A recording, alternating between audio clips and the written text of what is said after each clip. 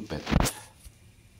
Enne ahju kütmist tuleb leida siiber.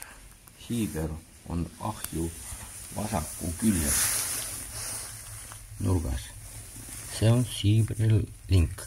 Seda tuleb enda peale natuke tõmmata.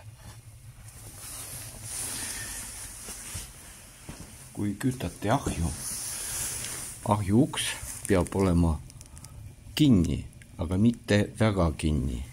Ärge pange seda lukku, kui te liiga kõvasti lükkate ja panete seda lukku, tuli kustub ära. Natuke tehke lahti, et mõned millimeetrid oleksid siin vahed.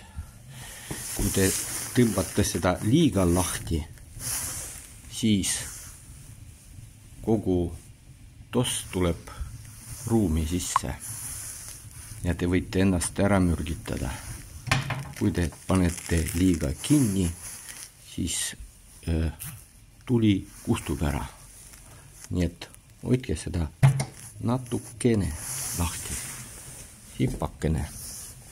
Kui ahi on köetud ja tuld enam all ei ole, ta on ära kustunud, siis tõmmake see siiber kinni, täitsa kinni, aga ainult siis, kui tuli on täiesti ära põlenud ja kõik kollased